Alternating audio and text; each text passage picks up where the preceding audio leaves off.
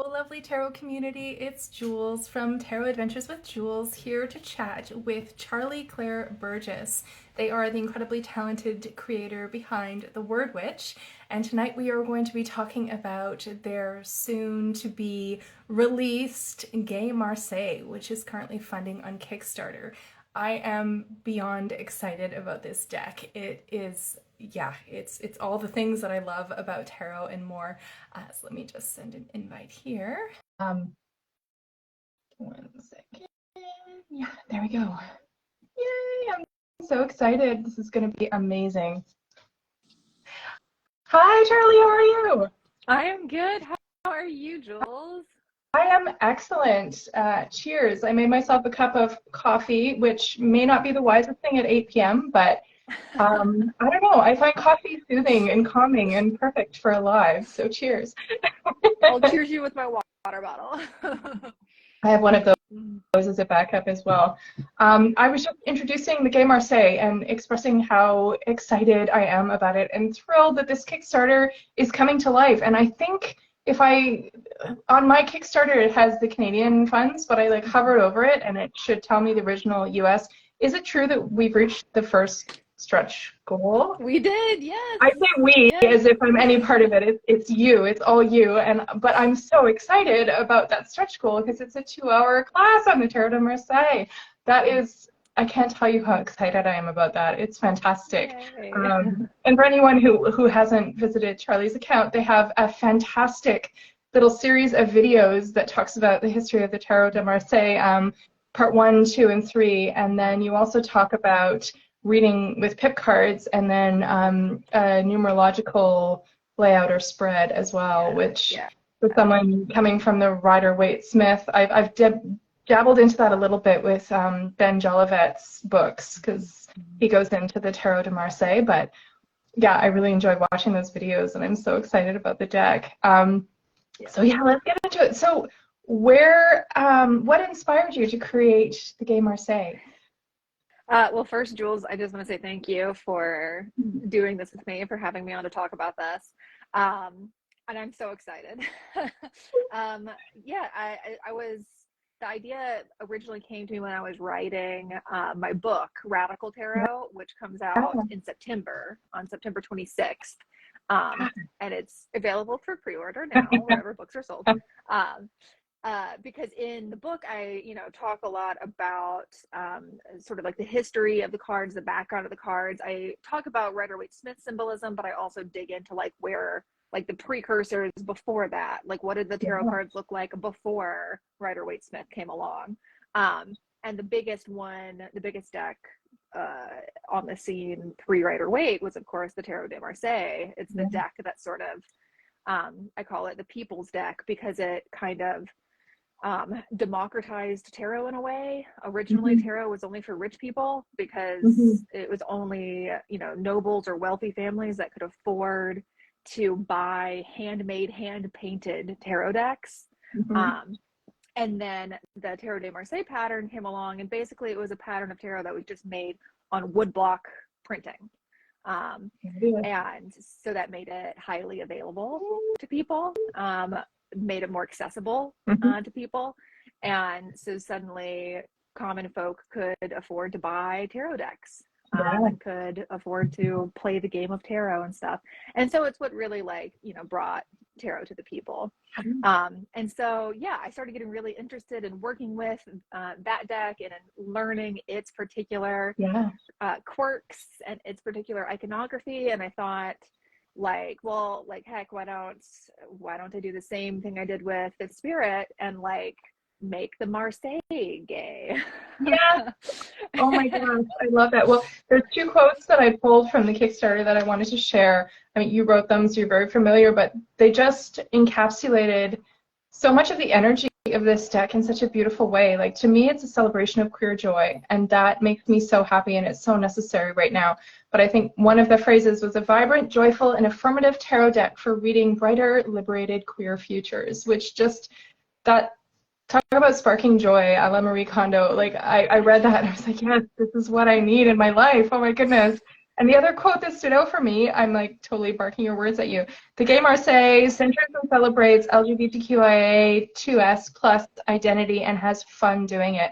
And I think that's what I keep coming back to with tarot. Like, there's so much fear around tarot and seriousness around tarot, and whenever I get in my own head too much about it or what it's supposed to be, I remind myself that it started as a playing card game, right? It was light, it was joyful, and so I think bringing that levity to it with all the bright colors that you've selected, and I want to talk to you at some point about the card backs because they are utterly fabulous as well. Let's do that now. So you have these incredible turquoise card backs with all this beautiful imagery, and they're so bright and cheerful, and that's what I used for the back design, as you know, because you gave me the picture for the announcement as well. And I was so thrilled that you picked that because it's just so, it encapsulates the spirit of the deck so beautifully. So how did that come about? Let me pull it up. Here's the card back that Jules is Love talking it. about. Oh, that turquoise, just, oh, gorgeous. Yeah, I wanted to do like the card back for Fifth Spirit is very sort of like more like clean and neutral, like dark colored, and I wanted to do something that just like exploded fun, and joy and like quirkiness. The moons are kind of like flirting with each other. I love that.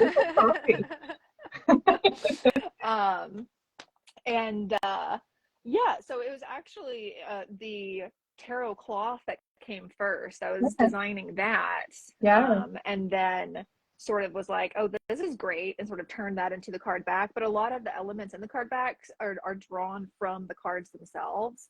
So like pieces of it, like this sort of this flower. Oops, hope there's no personal pictures there.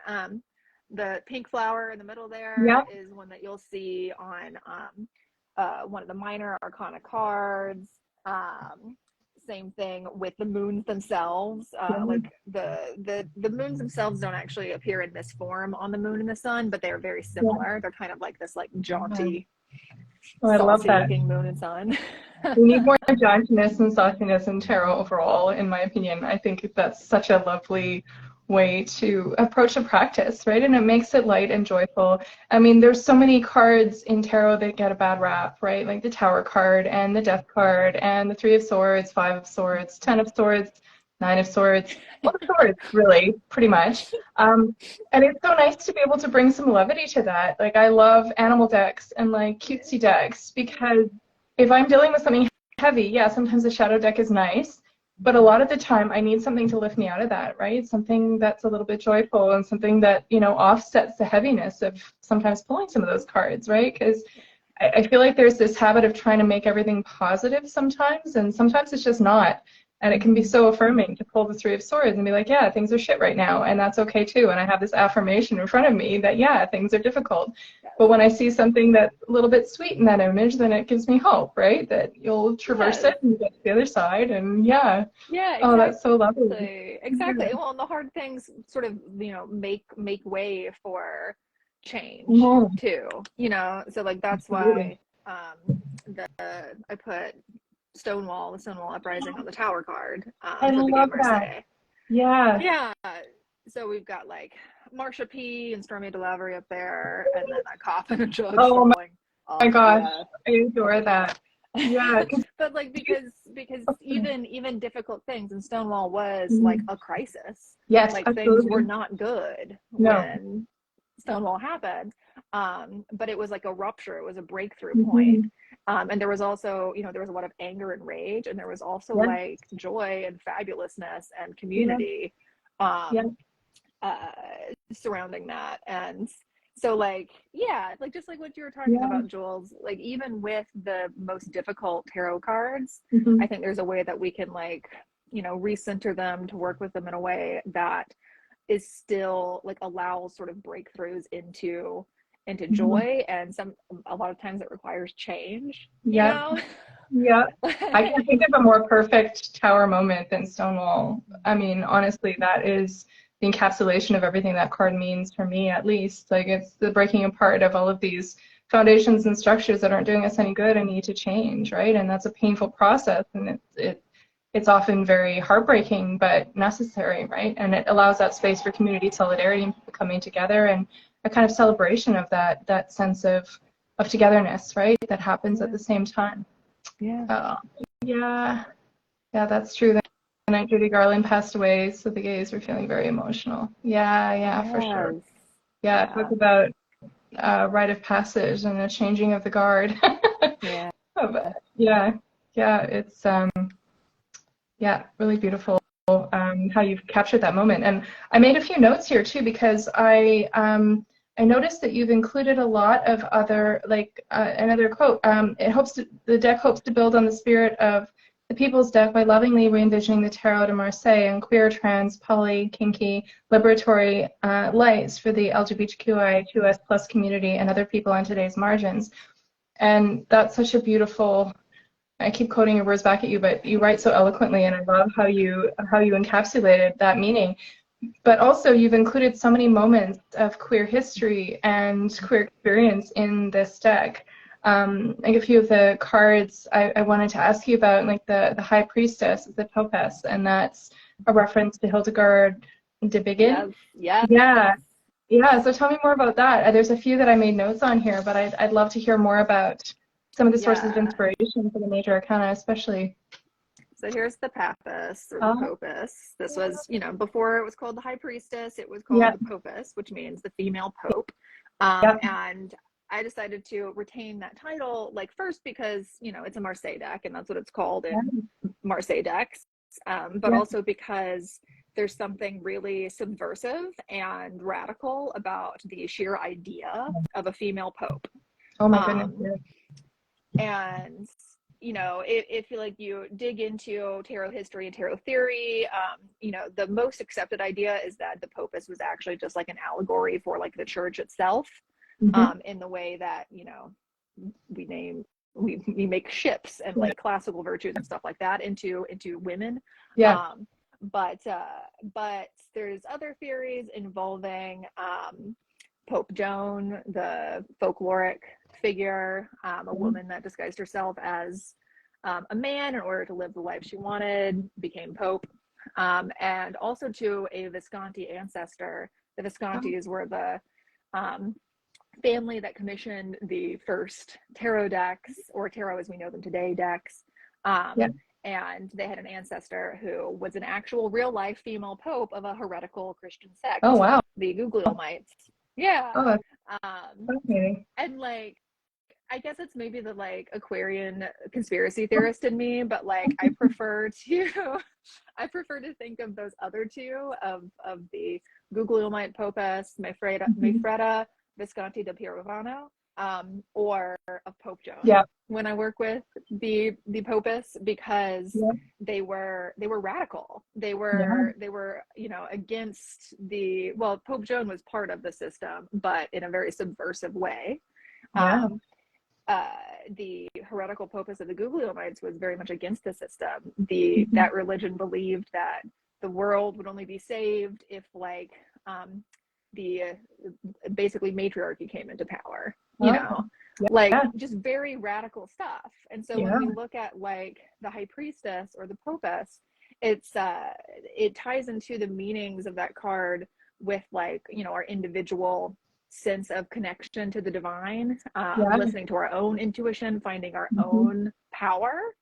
That's what those stories, those two women in history and folklore did as well. Talk about a radical act. I mean, are we supposed to go through a secondary party in order to access God by like doing it ourselves? Oh my goodness. But isn't that what the High Priestess or Popus is all about? It's trusting yourself, trusting intuition. Talk about hugely radical act. I love that so much. That's amazing.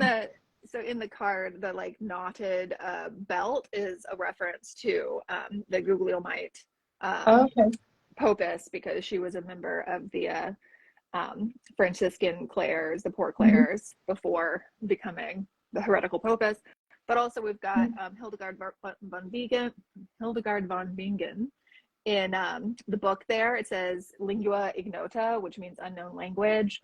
Hildegard of Bingen was an abbess who was this visionary mystic and polymath, created her own language, like Oh divine my goodness. language, just made it up. Wow. Created a lot of art and music as well, and had a very strong sapphic love relationship with a female friend and assistant. Yeah. Which, like, do we know, was she a lesbian? No, we don't. But, like, you know, there's some They were strong roommates. hints. Exactly. Special friends. Special friends. They put their lives together, but they were just special friends. Absolutely. Oh, And then in the Pope is where I put Pope Joan in the Pope. Yeah. So amazing. because even though she's part of the history of the Papist High Priestess, yeah, Pope Joan was a pope, and so yeah. I put Pope Joan where Amazing. they deserved to be. Yeah. I love that so much. I love that you've reworked those cards in a way that feels so much more open and accessible, and it's not stuck in traditional representation. It just breaks that all apart and leaves space for something new to come in, a new understanding of the cards. Like, that's so fantastic, and it's much needed. And then Judgment is Jeanne d'Arc, Joan of Arc, right? Yep. I'd love to see that one and hear about your inspiration. Yeah. I've always loved, I'm a huge fan of Leonard Cohen, and his song Joan of Arc is so haunting, and I used to listen to it when I was a kid, like on repeat, and just that whole story and her dialogue with the fire, it was just like captured my imagination. So I was so excited to see that reference. Yeah. Oh, that's amazing. Joan of Arc has always been a sort of special presence for me because so when I was in elementary school, whenever, like, once a year basically in grade school, we'd be assigned to write a biography or like a book report on a biography, and I would alternate choosing the Salem witch trials or Joan of Arc. Oh, I love that. Yeah, I was fascinated by that too. I studied the Crucible in theater school, and you know, that got into the whole history of it and unpacking it and the vilification of women and just like the whole thing, right? It was so fascinating to me. Yeah. So I read like at least 3 biographies of Joan of Arc before I was in 5th grade. You know, like, just was always very strongly drawn to her. And you know, one of Joan of Arc's sort of superpowers was rallying people to her. You know, so she, like, dressed in armor, but she didn't actually do much fighting, but she would rally them. She would lead everybody into battle. And Judgment is a card that's about, like, rising up. It's about the call to action, to transcend. The call to action, the call to change. And on the banner, it says, "I was the angel." Oh, I love that. Which in Joan of Arc's trial, when they were trying to break her, trying to get her to admit that she didn't speak to angels, you know, that she was faking it, when they were trying to get her to put on women's clothing, and she kept refusing and refusing and refusing.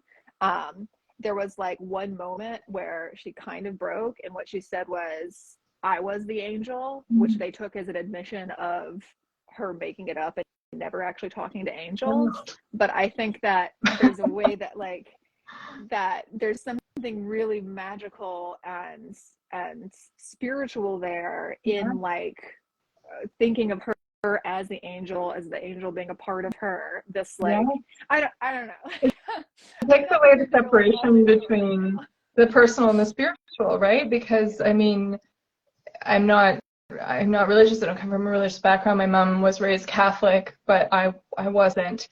But there's that whole idea of being made in God's image, right? And that means that we all have a little bit of spirit in us, right? So it takes away that separation between ourselves and spirit, because it's very much part of who we are, right? It's like, it's why going to see bodies in visitation has always thrown me so much, because what makes the essence of that person is no longer there. And so I remember, as you know, being much younger and going to a funeral and just being really thrown by it, because that person, they're physically there, but that spirit essence part that makes us us, right?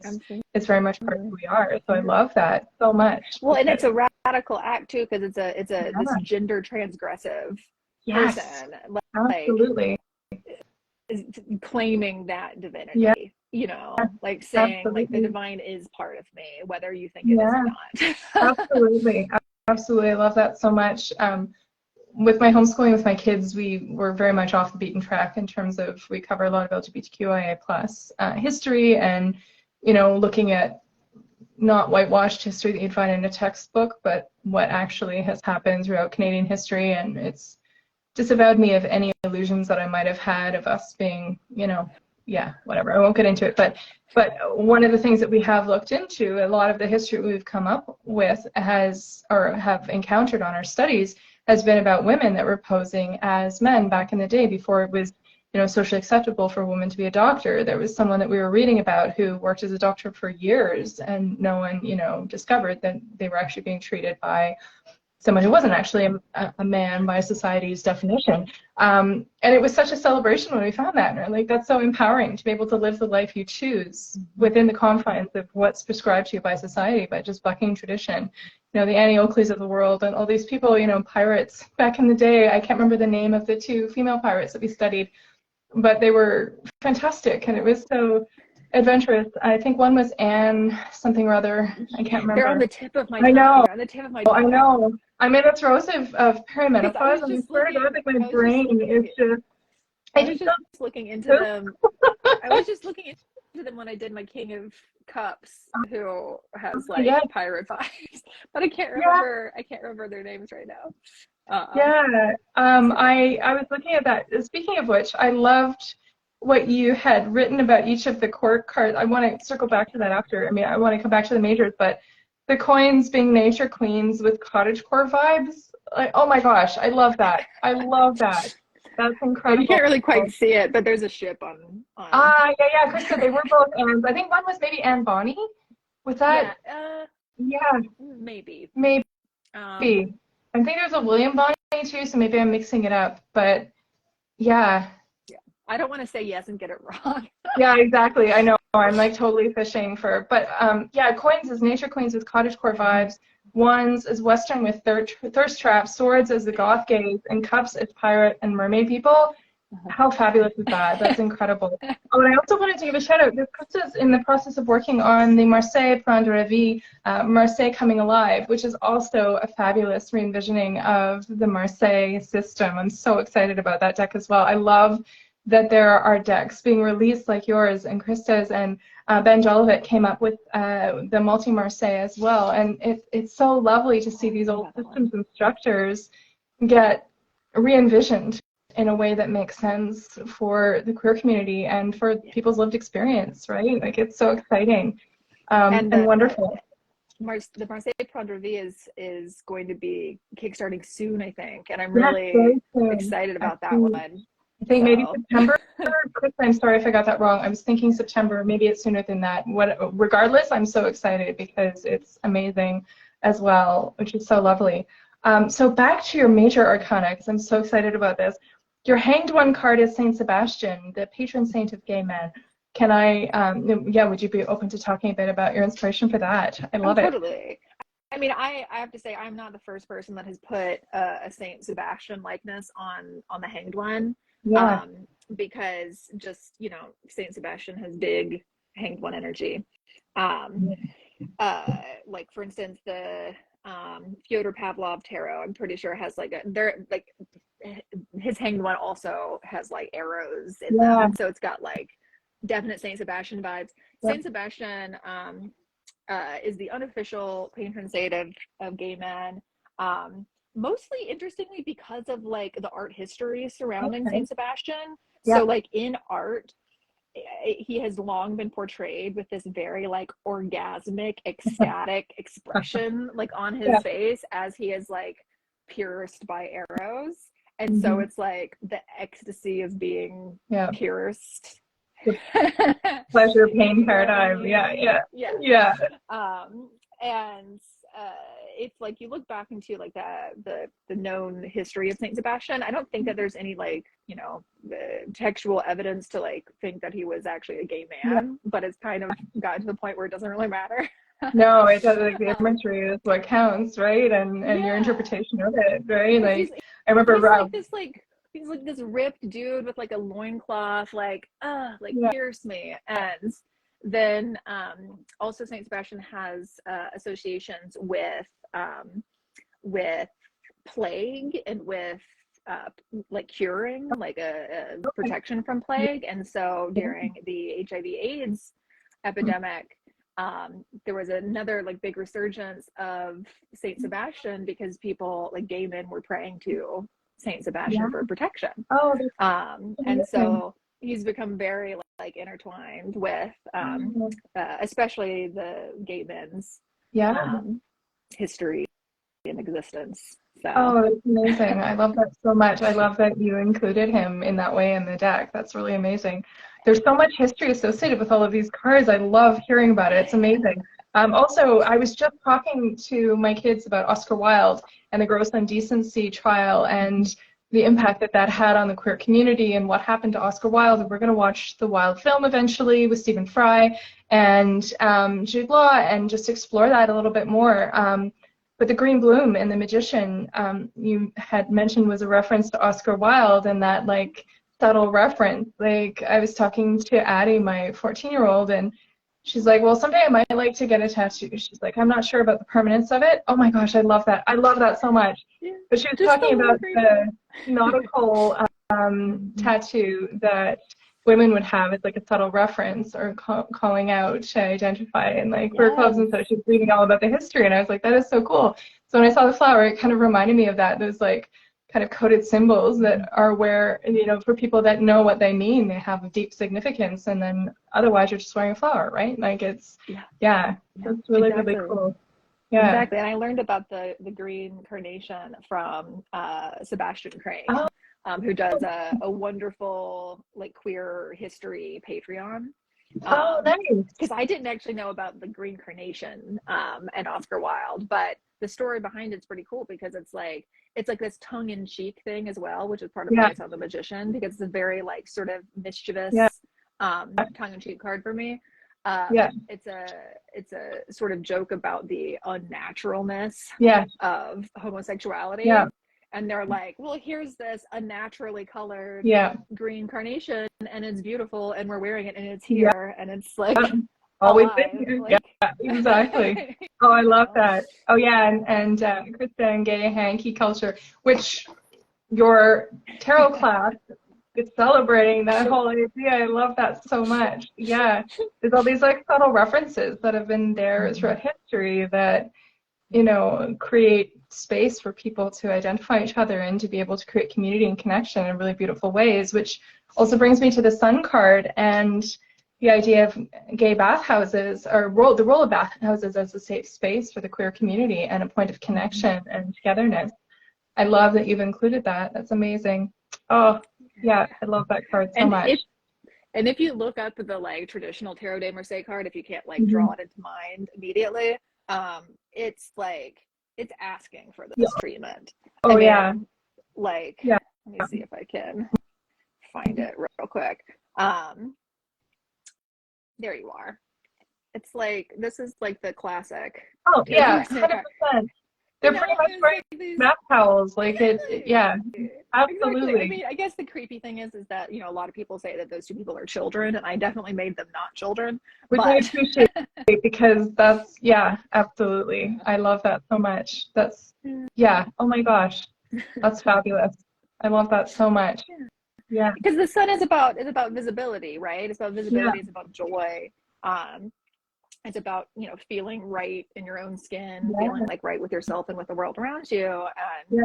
you know, bathhouses for a long time played a role Mhm. in like where gay men could go and actually Yeah, sort of be themselves and see each other and meet each other and connect and like yeah, have engage with pleasure, you know, yes, and joy in absolutely. ways that they couldn't in the outside world. Yeah, And so I I love wanted to give a that. little homage to the bathhouse. Yeah, I love that so much. I love that throughout the major arcana you've threaded the queer experience and gay experience and have brought all of that together and created this celebration of those safe spaces and experiences in a way that is super accessible. Yeah, it's so fantastic. So moving into the court cards, I love that you have tipped gender on its head with that, in that it's just kind of open. It's not that, you know, the kings are all supposed to be coded male, queens are female. Like it opens up a much wider, and you did that with the Fifth Spirit Tarot as well, which I so appreciated, because everyone needs to be able to see themselves represented in tarot. And if you are someone that identifies as non-binary and then you see this very masculine figure or very feminine figure, then it can be very exclusionary, right? So yeah, I love that so much. So what inspired you to go with, like, what was your inspiration for the coins being a certain vibe, and the wands and the swords and the cups? Like, yeah, where did that inspiration come from? So I think that started to arise just because I wanted to I use like a different color palette in each suit. I mean, it's not actually, it's all part of the colors that I use in the major arcana, but like I've got like, I have a more restrictive color palette for each of the suits, so they're more easily distinguishable. And so I knew that all the court cards are still going to be using those color palettes, and then I was just thinking of ways, like how am I going to do this? What's the vibe of like each of them? And it honestly kind of started with the swords, because I was like, what if I just made all of these kind of like gothy, you know, just like love that. A lot of like, you know, armor and stuff like that. So here's the I'll show you the Queen of Swords, since I've got I love that right so there. much.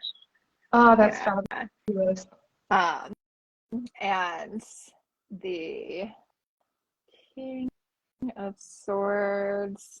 Oh, yeah, this is the most immediate one I have, and so you can actually see it beside the classic King of Swords too. So you can see I've, like, you know, kept sort of the posture and stuff, but, you know, jazzed it up. So I want his top. Can I just say? Oh my goodness, it's fabulous. Yeah. So it kind of started with that, and then I had made like the Knight of Wands, sort of like Western. And I was like, what if I stuck with that? And just like, you know, sort of gave it that cohesive spirit. And for Wands being like, so when I promised thirst traps. That's fabulous. Oh my goodness. And I love it for that one. Like, you know, I showed it to like my partner, and he was like, holy crotch, Batman. And I was like, oh, listen, the King of Wands is like, look at his hand. He's already like pointing. Oh my gosh. Like, I just totally gesturing. Yeah. Oh my gosh. Yeah. I didn't change like a thing about the hand or like the leg positions or anything. Yeah. I just, you know. Oh, it's gave her some chaps. Even like Addie and I were just talking about that. She's been doing tons of research into queer history and culture, and she was saying, you know, there's this whole kind of undercurrent queer culture within the cowboy community, right? Like, because it was a space where people could be who they were and could be separate from society and could carve out their own niche. So it's kind of ironic that there's this kind of like toxic masculinity cowboy culture BS going on, because it was actually very separate and different from that, right? So yeah. Oh my gosh, that's amazing. So fabulous. It's not showing up very well, but the horse is actually pink. Looks kind of white. I love that. Fully pink mane. That's like so fabulous. Yeah, well, that's, you know, it's I mean, it's also definitely part of like queer canon too. Like if you go back to like, you know, there's Brokeback Mountain, but there's a lot of people before that who would go out to, you know, the frontier, which is an idea that's problematic in and of itself, because it wasn't a frontier. People were already living there. But people would go out there to try and make their own lives outside of the society that they had, because they didn't fit in there. And so I'm trying to like, you know, have fun with making it like Western without, you know, without glorifying any colonialism and stuff like that, which is kind of a challenge, honestly. But I mean, it's like a celebratory, you know, very aesthetic take on cowboy culture, with kind of like a little bit of maybe kink thrown in, or a little bit of ruffles, or a little bit of, you know, that kind of undertone of sexuality in it, which is, you know, not something you'd see in your average John Wayne film, and that sets it apart, right? And makes it super celebratory, and like, it's fabulous. I love that so much. If you go back you go back to the Westerns, like they're all like this close to making Oh out. my Like the tension. goodness. Those like the blue steel where they're like staring each other down, hands on the holsters, you know, guns at dawn or guns at noon, you know, the high noon stakeout. Like you can't tell me that there aren't some undercurrents there, right? Like Dog Holiday and Dog Holiday and Wyatt Earp, that whole thing in Tombstone. Like, I don't know. I haven't seen that movie in ages, but I'm sure if I were to rewatch it, I might have a perspective now, you know? Like, yeah. That's awesome. And coins as nature queens with cottagecore vibe. How much do I love that? That is so fabulous. Yeah, there's my page of page of that coins. Is so fabulous. Yeah, and when I drew them, I was like, oh my God, I think this is like who I want to be and also like who I want to be with. Like 100%. That is so it fabulous. It is also who I am and who I am with. So score. Yeah. Oh, that's so fabulous. Yeah. I mean, it's like a visual representation of what you want to be with and emulate, and that's so fantastic. There's something to be said about putting out in the world what you want for yourself, right? Because there's such a celebration and connection with that. That's so lovely. That's amazing. So I wanted to ask you all about the pip cards too, because I know traditionally in Tarot de Marseille, it's like a certain number of elements for each of the cards, rather than like the Rider-Waite-Smith kind of tells a story and you go through the minor arcana, but with Tarot de Marseille, it's more, you can incorporate numerology because it's a number of wands or a number of swords. So yeah, what was the process like of re-envisioning some of those cards? Because I know you'd mentioned the flower earlier. That was in one of the aces, right? Or am I wrong? Yeah. That was, now I can't remember my own deck. I think that was in one of the cups, but. I'm saying that off the cuff. I thought I saw it in an ace, but I could very well wait, wrong. You're right. It's in the Ace of Cups, I think. Oh, fantastic. Yeah, so with the pip cards, people get scared of pips because they don't have these like fully illustrated scenes to like tell you what they mean. But if you know, I think that there's a lot of versatility and freedom that can be opened up with pip cards for exactly that reason, because they're not as prescriptive. So there's like more room for interpretation in them. But I did like put in little flourishes to make them like little ends to make them a little bit easier to read. Oh, there's is that the one? No, here's one like it. There's that's kind of like the flower. I love that. That's beautiful. The Four of Cups. And just the colors are so vibrant. Like, I just love the tones that you've used too, because I find this is probably sacrilege, but the Rider-Waite-Smith, it's almost like a primary color kind of palette, but this is like, it's not primary color, it's more lush and vibrant and like expressive and like than that. A little bit like pastel-y, but not quite pastel, but close. Like I wanted to go like soft rainbow without it being like, you know, in your face rainbow. And the other thing that I wanted to say about the pip cards is basically you can read them with numerology, right? So and all you have to do is like get familiar with the numbers and what they mean, and it really makes sense if you learn about the numbers, and then sort of like cross hatch them with the suit, and then like voila, you can read literally any deck in any system.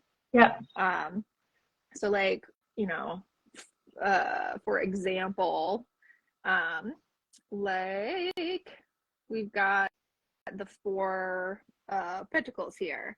So with the Four of Pentacles, the classic design does have that like sort of shield in the middle, but I changed what was on the shield. I think it was like fleur-de-lis before, and I put a fortress there.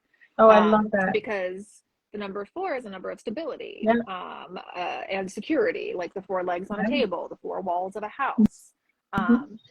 And Pentacles, or coins, as it is in the Marseille deck, is the suit of Earth, which is also very stable. So like here we've got like double stability. We've got all the stability, all the security. And so we've got like a keep there, which also suggests can suggest the other side of the Four of Pentacles, which can be like too stagnant, Yeah. like Yeah. overprotective, Yeah. afraid of opening up and taking risks, Yeah, you absolutely. know. So it can go like either way there. Or let's see, I love the swords. Yeah. I love the sword suit in general because I'm a double air, Aquarius Sun, Gemini Moon, and so this is like my suit. Yeah, I'm a Gemini Sun, Libra Moon, so or Libra Rising, so yeah, I we've can had to totally make relate. peace with the air suits. Yes, I struggled with it for a long time because I have so much of it, right? It's like I'm always in my head, so I needed some cups for grounding, right? Or some, I usually reference the cups more than pentacles, but for my own personal, maybe it's that Scorpio moon coming into play, I don't know. But yeah, it's so interesting how you need to kind of offset that. But yeah, and I feel like the Tarot de Marseille takes out some of the charge in the swords. Yeah. You don't have someone getting pierced in the 10 and the 9. It's not that like nightmare kind of visual. 3 of Swords, you know, it takes away some of that. Oh, I love that. So I love the how 9 of Swords. they're rounded, like almost like a scimitar. They've got this kind of really beautiful line to them. It's gorgeous. Oh, it's beautiful. So all of the swords cards have you know, that sort of curved, that's the sort of like graphic pattern that makes the swords instantly recognizable. And then I added little extra elements. So like, you know, the 8 of Swords, you can see like I added a chain link fence and it was like fuzzy handcuffs to hint at its meanings of like feeling trapped and enclosed, but also its possibilities of liberation with like the open handcuffs and the flower behind the fence. Or like with the 9 of Swords, the Nightmare card, we've got, you know, our scary looking, you know, wiggly sword, but we've also got these suture needles on the outside, which in themselves also kind of are scary looking, but are used for healing, right? So it's got both of those meanings sort of tied up in it. So yeah, I tried to add little hints to give people a little something to, you know, hold on to when if they want to use it when they're reading the pips, while in most cases not making it so heavy-handed that you can't like read around it if you want to. I guess I didn't do that with the 10 because well, I mean, but it's small and in the background, you know, and I mean, 10s are about completion, right? And it's coming to the end of a cycle, and there is that death energy in that 10 of Swords as well in a lot of cases, right? Like necessary endings, and they're often painful, but you know, I feel like you've captured that really beautifully without someone getting gouged by 10 swords. I mean, it's still gentler, you know, like it's, is that a little halo? A little halo, oh, a little halo there. Oh, there's a flower growing from it. And we've got like the lilies here. Oh, I love which, you know, are symbols of grief, but are also alive and flowering, you know, which are so they're symbols of grief and life at the same time. Oh, that's gorgeous. I love that. You've included so many amazing reference points and details in all of the pips. Like I have the tattoo tarot, and that's the closest to a traditional tarot de Marseille that I have. And it's great because, I mean, I love tarot aesthetic, or tattoo aesthetic and all of that. But I love that with yours, you've added these other little elements and reference points, right? So if you're coming from a Rider-Waite-Smith background, you can still see those familiar little points of reference, but then take a little leap of imagination as well and step free of those traditional reference points, which is really lovely. That is so cool. I think that it will make a good sort of like introductory deck for the Marseille system, because a lot of people are, you know, afraid of it because of the pips or whatever, and it's really, you know, it's first of all not that different from Rider-Waite-Smith. The similarities are more than the differences are, but so I hope it can like help people like step into you know this other world and see that tarot isn't only one thing. It's become very codified and very sort of like, you know, fixed into certain pictures, certain meanings, but is all made up to begin with. You can see that when we look at these other systems and older systems, and when we look at like all the new decks that are being created today, a lot of which, you know, are taking it in new directions, new spin-offs. Absolutely. So it's more expansive especially and with the class. accessible. Yes. Oh my gosh. Now that I'm we so have excited about that. the 2-hour class unlocked, I'm really Oh excited my about gosh. that. I can't wait for that. That is going to be absolutely fantastic. Yeah, and I love too that you've got such a focus on printing your decks. You're printing them in the US and it's recycled paper and like all of the little elements that you put in terms of the deck specifications, right? It's the same. I grabbed my indie copy of the Fifth Spirit because I know you were referencing like it's going to be very similar cardstock. I think it's 310 GSM black core, standard tarot size, the same as this. I think it's 2.74 by 4.75 inches. And the lovely linen finish too that you have with this is so fantastic and lovely. Yeah, it's the Empress, of course. I love this card so much. And then you're using a tech box for the project, which is great, all recycled material as well. And you're also including deck bags that are hand printed, which is so lovely. But I get anxious sometimes with tuck boxes just about keeping them pristine. I'm like one of those people that never writes in my books, and I keep them like I could have it for 5 years and it looks like I bought it yesterday. Like it's the Saturn and Virgo aspect of my brain just needs it. So I love that the deck bags are with it too, because then it keeps everything like tidy and neat. Well, and that's exactly why, because I wanted, you know, like printing prices have gotten so extreme that and I wanted to keep the deck accessible to the community that it's meant to serve. And like the queer community is not known for like, you know, generally speaking, having a ton of money. And so I wanted to keep it accessible. And so like, you know, I have 2 part boxes as a stretch goal if we can get there. But so that's why I decided to do tuck boxes, but also to have the bag for that extra protection. That's perfect. So yeah, that's so great. That bag that'll be like hand stamped with like the Cupid logo and stuff. Oh, that's so much. And that's the pin that's an add-on for the campaign as well. Yeah, because you have, I wanted to touch on that too. Okay, so yes, the pin is fantastic. I'm going to circle back to that. But I also wanted to talk about the guidebook because you're not including a little white book with this. You have a PDF copy that comes with all of the decks of the guidebook. And then there's also going to be a 6x6 printed edition. Let's talk about that. It's all in recycled paper too, which is fantastic on the interior, and black and white illustrations and all of the fabulous details about the cards. So yeah, what was the process of creating that? Like this is my go-to reference book for all things tarot. I adore it. I've got this, actually the cover is a little bit bent because I've read it so much. So, but yeah, so what was the process like of writing the Tarot de Marseille, the Gay Marseille guidebook, as opposed to the Fifth Spirit? Also, you had Radical Tarot in the wings as well. So what was that process like of crafting the Gay Marseille guidebook is still being written. So I'm not done with it yet. But which is the same thing that happened with Fifth Spirit. I wrote the guidebook after the Kickstarter for Fifth Spirit as well. I feel like I set myself up with like a really high bar with the Fifth Spirit guidebook. Because like it like legit was like a book. Like it was, you know, it's a reference book thing. It's not even a it is a guidebook, but it's a reference book, right? Like I use it as such for sure. And I love that there's so much love out there for the Fifth Spirit tarot guidebook. And the Gay Marseille guidebook is probably not going to be to the same, it's not going to be to the same like detail and length that the Fifth Spirit guidebook is, because I've already written the Fifth Spirit guidebook, and I have Radical Tarot coming out with in which I take basically what I started with the Fifth Spirit guidebook and like build on it, expand on it in huge ways.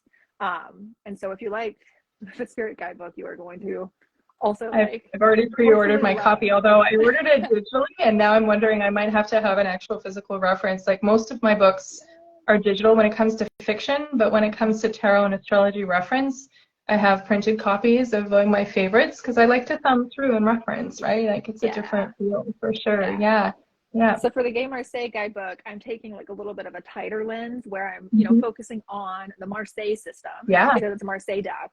And sort of illuminating parts of that while also, you know, talking about some of the, you know, the history that's going into the cards, both queer history and Tarot de Marseille history, because there's, you know, there's references to like gods and goddesses that we can find in the cards, both in the Gay Marseille, but also in the traditional Tarot de Marseille. Yeah.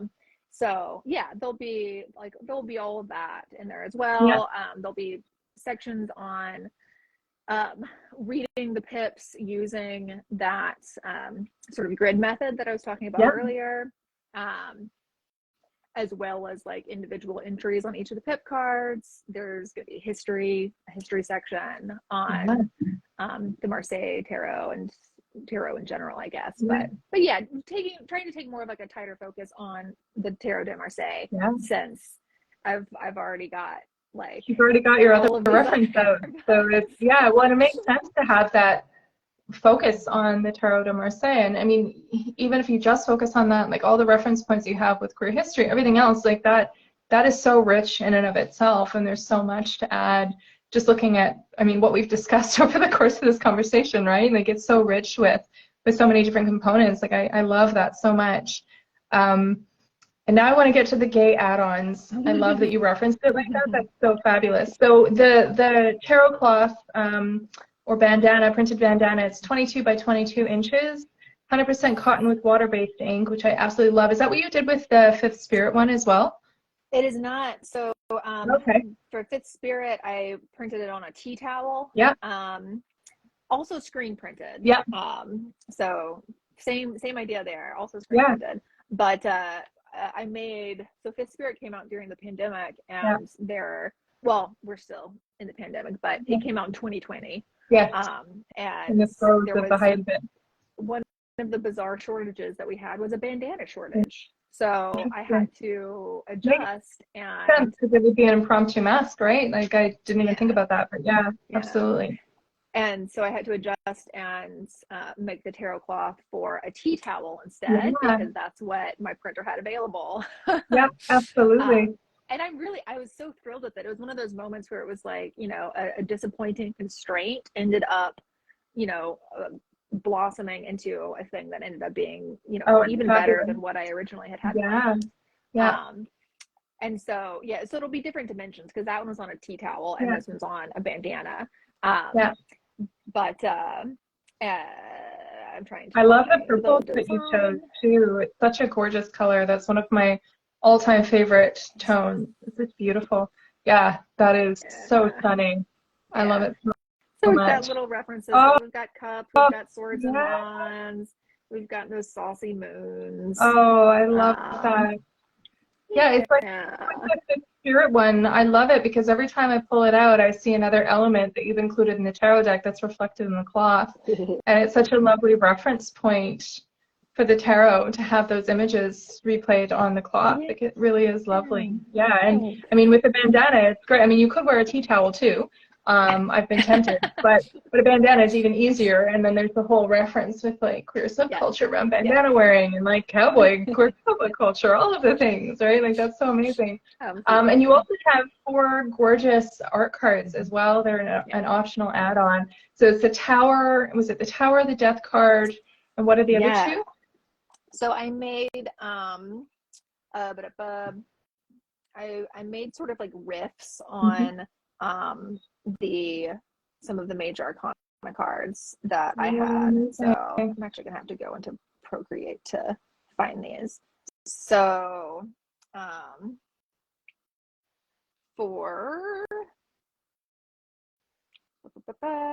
okay, so here's an example.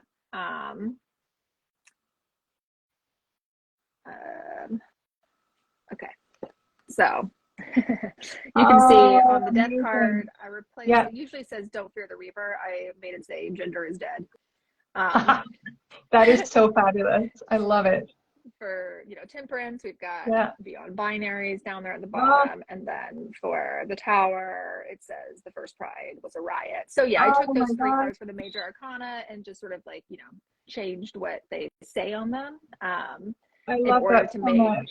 Yeah, in order to make these cool like sort of art postcards. So they'll be postcard size, but they'll be like a nice weight and a nice like finish. So like you can still totally mail them if you want to, or you can like put them in like a frame. You know, like I've got like this is a postcard that I love that. Yeah, I have all my postcards because I have a number of them from Fifth Spirit and other tarot creators, and they basically make up the wall behind my desk. Like it's all made up of different postcards and artwork, and it's such a, and I know that when we move, I can just take that off the wall and tuck it into an envelope, padded envelope, inside of a box, and it's very easily transportable. I've got this huge painting that I'm trying to figure out, can I move with it? I don't know, but I know that I can bring postcards and all these beautiful images, and it's so lovely to have something that's encapsulating a work of art that you can easily put up on your wall. It's an accessible price point. It's lovely. That's wonderful. And then you also have stickers too, as well. I think, which is super exciting. A sticker sheet that people can use. Pardon the sirens. I don't know if you can hear that. So one thing that I did differently this time is that in the Spirit campaign, I included like stickers were like a stretch goal, and like everybody got stickers. But what I figured out was that like not everybody gives a crap about stickers. And so when I send them to people who don't actually want them, it's just wasteful. And so instead of making that like a everybody thing, I made an add-on option that's really affordable. I can't remember exactly what it is, but it's like $5 or something. For people who like love their stickers, you know. So same sort of deal. Fabulous. With some extras. We got this shield that says "Live, Laugh, Liberate" from the Empress. You know, I love that. We're a huge sticker family, so I'm gonna have to revisit that maybe for my kids, because they're really into both art and stickers and like all things queer history. So that's amazing. And a lot of those are stickers with like a message. So like if you just like imagine putting like that justice sticker into like, you know, a bathroom at like, I don't know, your local church. Oh my goodness. Yes, absolutely. Well, our next door neighbors are, I was a bit anxious when we moved in because our next door neighbor is a pastor and his wife.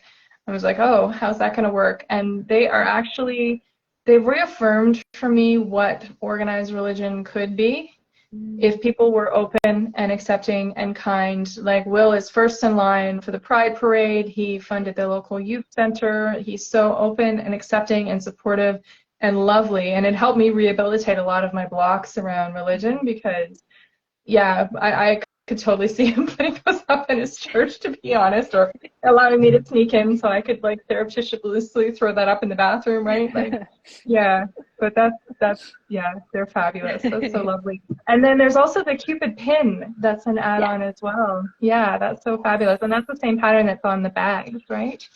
It is, so this is the, pardon the sirens again, this is like the sort of logo of the Gay Marseille, and so just because I wasn't able to like scroll to the pin, but it's that sun with the cherub in it, you know, with the arrows. That's what it is. And so the pin doesn't say the Gay Marseille, it's just the sun and the cherub. But having an enamel pin was something that I personally love when I get those, because I have a pin collection. And so I love it when those are part of Kickstarter. I have them all in my and so I wanted to jacket now for myself. all my pins are all in my jean jacket. It makes it hard to wear a bag because they keep getting caught, but I don't mean, they're fabulous. I just noticed that, exactly, I totally work around it. So we've got a couple more minutes left, so I just want to, I could talk to you for hours. This is such a treat. But I just wanted to touch base so that everyone knows where to find you at the.word.witch on Instagram, fifthspirittarot.com, and thewordwitch.com are your two websites. Tarot.com. Wordwitch Tarot. Wordwitchtarot.com. Okay, sorry, I wrote that down wrong. And you have the Radical Tarot coming out via Hay House September 26th. Oh my gosh, I can't wait. And Queer Devotion in 2025 as well. I was so excited to read that or see it on your posting. That's amazing. And I believe the Aquarius Rising Oracle playing card deck is still work in progress. That's the working name. That'll be the next deck. At least, you know, hopefully, unless an idea comes in and like hijacks my brain between now and then. So, but that'll be third in line. So I'll be transferring from tarot to Oracle playing card land for that one, which is fun. Can you tell I like systems? I like just like learning systems and like messing with them. Reworking it, yeah. I love that. Well, I've started playing. I just got a Jane Austen playing card deck when I was in PEI last week with my friend, and it's been so fun revisiting all the different characters through the lens of playing card decks, but then also tarot, because I pulled one for a tarot card reading today. It was just so fun to be able to take the system that I grew up with as a child and see it through a whole new lens. And I love that you're creating the playing card deck because it's such a beautiful reworking of that system, right? It's, yeah, that's amazing. And then, of course, the Gay Marseille is on Kickstarter. Yes. That ends August 4th. ends this Friday. Oh, yeah. Oh my goodness, so this Friday exciting. At 9 a.m. Pacific time. So, like, that's like the very beginning of the morning. Yeah. So, like, if you want to back it, do it by the end of the day on Thursday. You know, just make sure you don't sleep in or something. Yeah, absolutely. Yeah, because I'm 4 hours ahead here, so I think it was like 1 o'clock our time. Yeah, but I wouldn't want to leave that breathing room. It would be definitely, well, I've already backed it, but yeah, no, that's so exciting. Yeah, this is amazing. It's always such a pleasure chatting with you. Thank you so much for joining me again, and I'm even more excited about this deck now. There's so many amazing elements that you've touched on, and it's thank you. Pretty fabulous. So thank you, as always, for joining me. This has been an absolute pleasure, and yeah, I'm super excited for this deck. It's going to be awesome. Yay. Thank you so much. Oh, it's my absolute pleasure. And enjoy the rest of your evening or afternoon, I guess, for you. Evening for me. Evening-ish. Evening-ish. Yeah, the witching hour. Ish. I guess that's midnight. But anyway, I'm rambling.